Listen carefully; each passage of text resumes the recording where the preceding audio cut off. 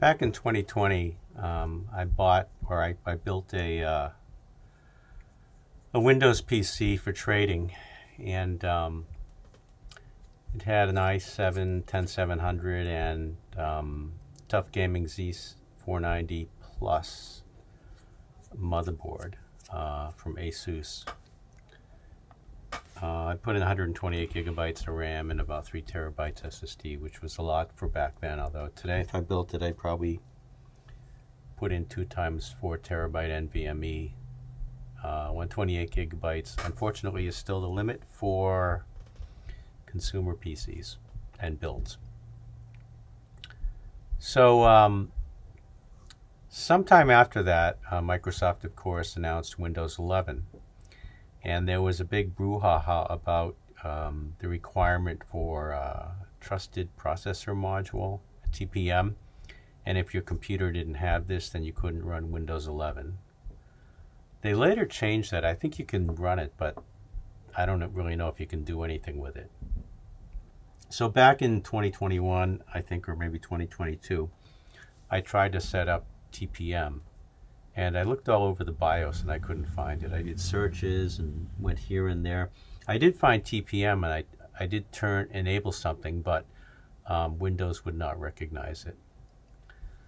So Windows 10 support or end of life is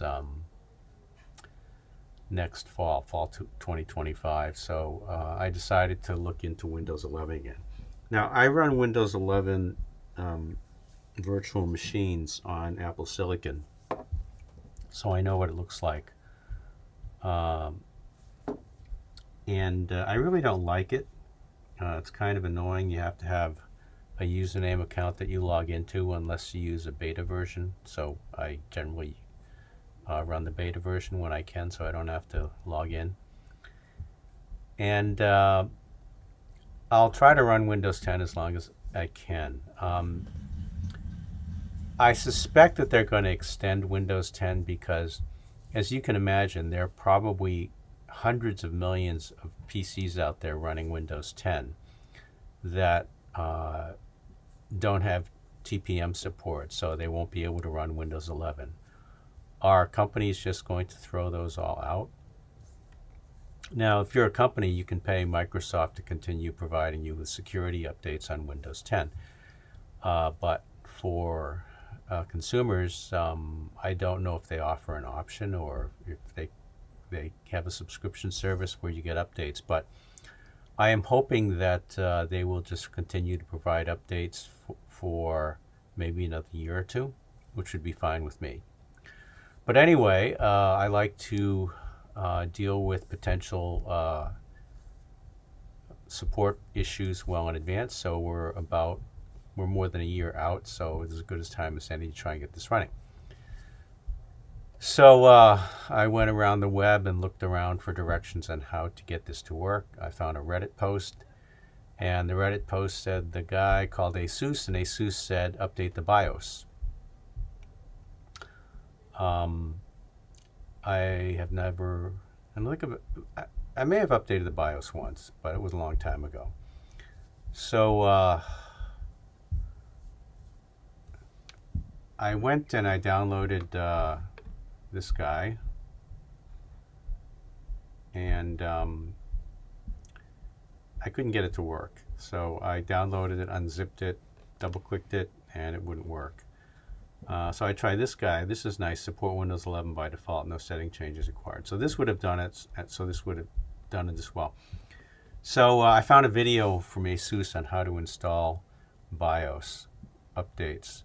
And you got to take the files from the zip file, stick it on a USB flash drive, plug that in, then go into the BIOS, and then there's a BIOS flasher in the BIOS, and you run that, it updates it. So I downloaded this and I tried to update the BIOS, and it didn't work.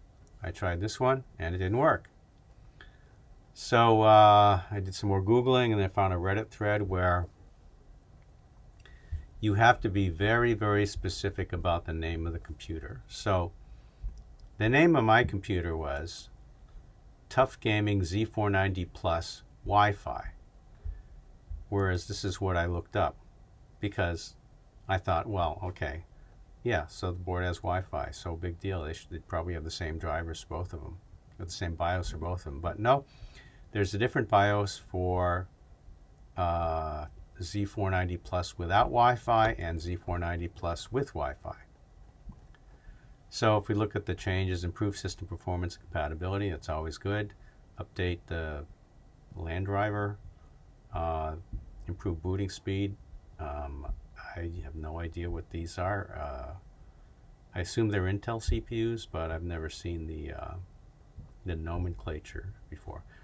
And support Windows 11 by default, which is really what I wanted to.